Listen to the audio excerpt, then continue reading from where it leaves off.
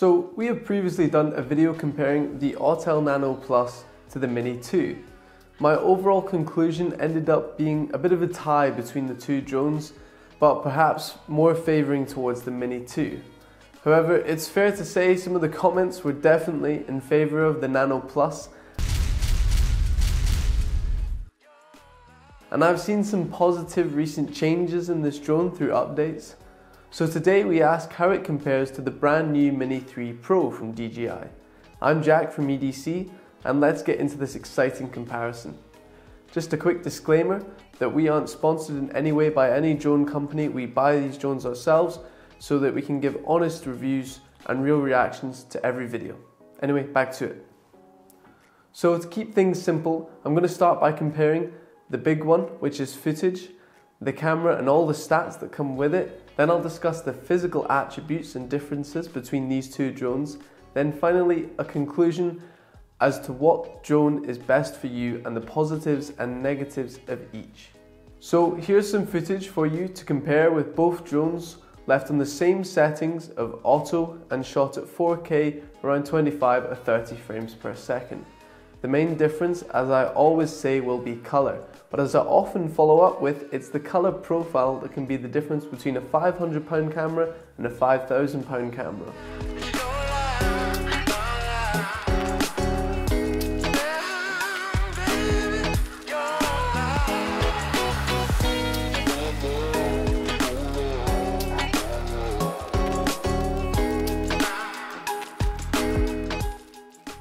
They both offer 48 megapixel image, which is incredible, and have a very similar sensor size, with the Nano Plus possessing a slightly bigger sensor with a 1/1.28 inch sensor and the Mini 3 Pro a 1/1.3 inch sensor. The Mini 3 Pro can go down to an f-stop of 1.7 and the Nano Plus 1.9 respectively. As well as this, the Mini 3 Pro offers 4K at 60 FPS, however the Nano Plus can only do 4K at 30 FPS. So for anything slow-mo or needed being filmed in a high frame rate, you will only be able to do so in 1080p. The Mini 3 Pro has a 4x zoom, however the Nano Plus has a 1:16 zoom. Both drones have some sort of log profile for high quality color grading, and it's great to see the smaller drones now offering this. So the main physical differences straight off the bat are obviously the Mini 3 Pro will always come in this light grey color, but the Nano Plus comes in 4 different colors. Today we have the red, but we have also shown it in the orange, and there's also the options of white and dark grey. I can say personally the bright colors make a huge difference for visual line of sight, and although you can buy wraps for the Mini 3 Pro, this may take it over the integral 250 gram weight limit, which may be one of the main reasons you're looking to buy either of these two drones.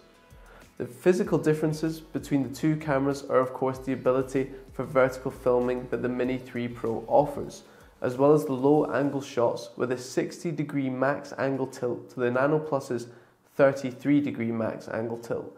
Now, neither of these are essential, but if vertical filming is something you do a lot, then this can be a deciding factor, and I personally love the low angle shots that the Mini 3 Pro can produce.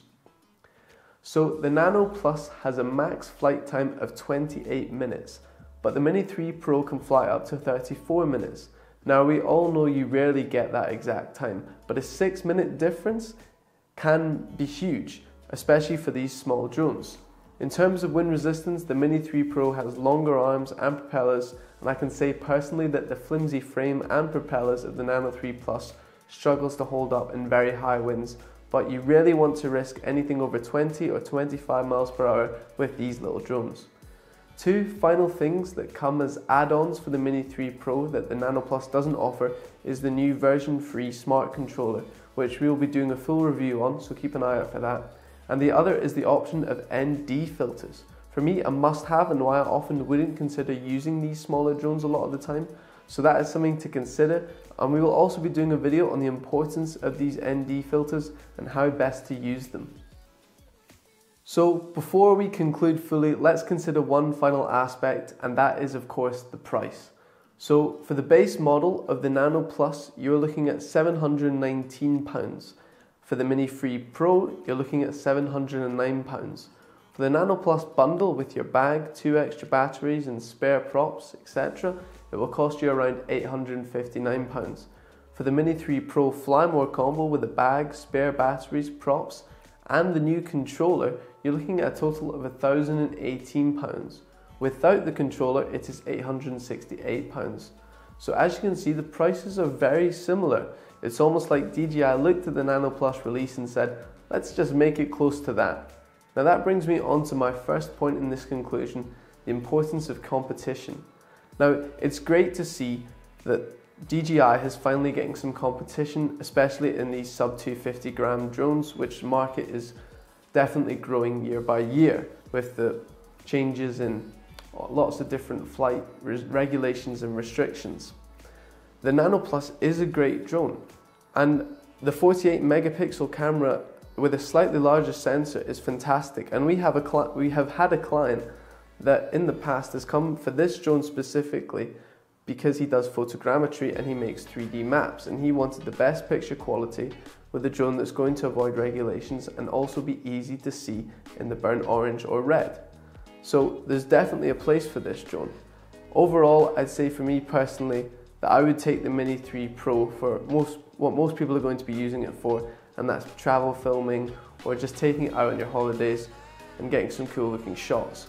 But I'd say with the addition of the ND filters and this new controller and all the new 4K 60 FPS built-in features, this drone is perhaps no longer just for the hobbyists or for the travel filmmakers. This could be used for anyone, anywhere, and the limits really are limitless. But I hope you enjoyed this comparison.